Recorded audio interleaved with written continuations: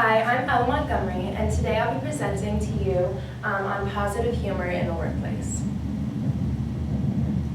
So I'd like to start off with a quote from Victor Borg, who's a Danish comedian, pianist, and conductor. A smile is the shortest distance between two people, which was one of his most famous quotes. Next, I'd like to define humor. So humor is the quality of being amusing or comic, especially as expressed in literature or speech. It's also a mood or a state of mind. A few fun facts are, did you know that an average preschooler laughs or smiles 100 times a day? That number is actually dropped down to about 15 times a day by the time that you reach the age of 35. Another fact is that people smile only 35% as often as they actually think they do. And lastly, every time that you laugh, you burn 3.5 calories. So it's great if you need a workout. Now from there, I'd like to talk about hostile environments. A hostile environment exists when one's behavior in the workplace creates an environment that's difficult for another one to work in. So this can be anything from an intimidating work environment, offensive, abusive, just to name a few. So research has shown actually that hostile environments end up hurting both employees and the performance of the company or the organization. Here we have a couple statistics. In a hostile environment, 30% of employees slow down work or make errors compared to 6% in a non-hostile environment. Again, 33% confess to not using maximum effort compared to the 9% in a non-hostile environment. And lastly, 29% took fake sick days compared to the 4% in a non-hostile environment. So a hostile environment can definitely lead to stress in the workplace. Which is my next point. So stress can definitely affect your employees' health and their performance.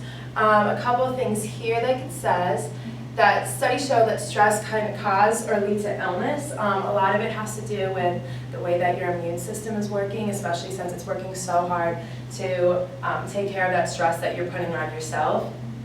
Another one is absenteeism, which is when employees just come to work because even without a reason, they don't even have a reason, they just don't want to go, especially if you're working in a stressful environment, that would make sense. And lastly, it can lead to employee burnout. So that's just that you're just working too hard and you physically cannot come in. So the study that I looked at was called a meta-analysis of positive humor. It's by Jessica Mesmer-Magnus and 2 other authors. And it examines the results of prior research instead of doing their own actual study. So the purpose of this was to explore humans' roles in workplaces, organizational, and employee effectiveness. So their findings, as we can see, show both how employee and leader humor has a large effect on the company and their performance. We can see here that everything affects, like, for example, performance, job satisfaction, work withdrawal, or group cohesion, and then employee health outcomes, like previously stated, have to do with burnout, stress, health, and coping effectiveness. So pretty much that they just wanted to show that humor as a leader and as an employee both has positive outcomes on all of those findings there. Another thing I looked at was Forbes. So they wrote an article on 10 things that, 10 reasons why you should use humor in the workplace, and I'll just go through a couple of them. One of them is people will enjoy working with you. Obviously, you're going to have more fun with an employee that is using humor, works well with you, and stuff like that. Humor is a potent stress buster, like I said previously. It's humanizing. We need humor and social contact as a human. Puts others at ease, boosts morale, and then people who use humor are more approachable. So I'm actually in another communication studies class that we're studying the effects of humor, and it is found that people who are humorous and have a light sense of them are more approachable, easier to connect with, and more relatable. So that's definitely a huge one. It can increase productivity, and it can really help your company stand out.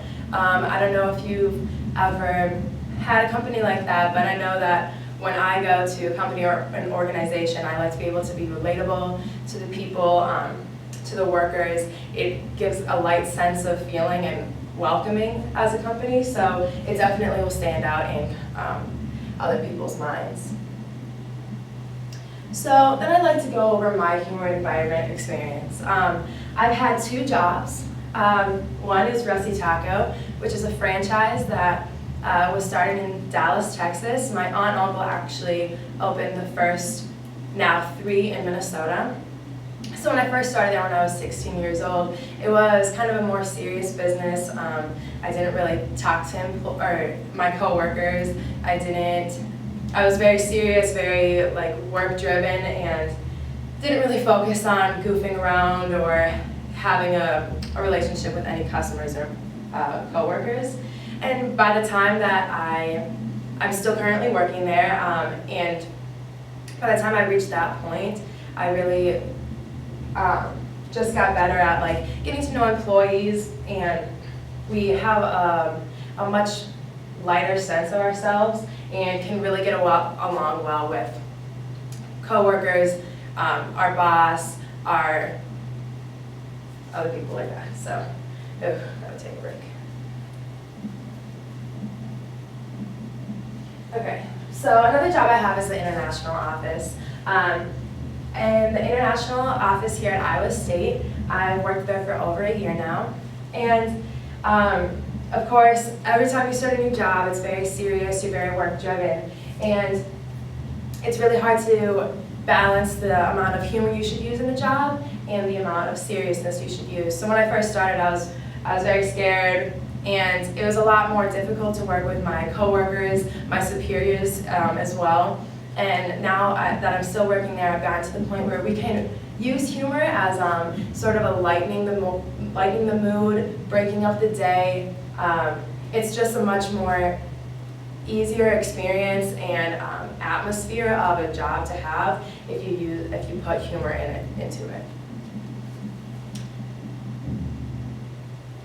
So then, these are just a couple reasons that fun can improve your work quality. So, one being that it breaks up boredom and fatigue. Like I said, in my job, it's a really long day. If you don't use humor or if you don't talk to your coworkers, it can just get really long and tired. And using humor can especially wake you up and make it less boring. Fulfills human social needs. Like I said, we really do need human social contact in order to live and be mentally stable. So that's definitely a big one. Increases creativity and willingness to help. You're never going to be creative or want to be creative if you are in a bad mood or tired or bored even. So just that can really get creativity flowing. Fulfills the need for mastery and control. So that is just using humor in that sense.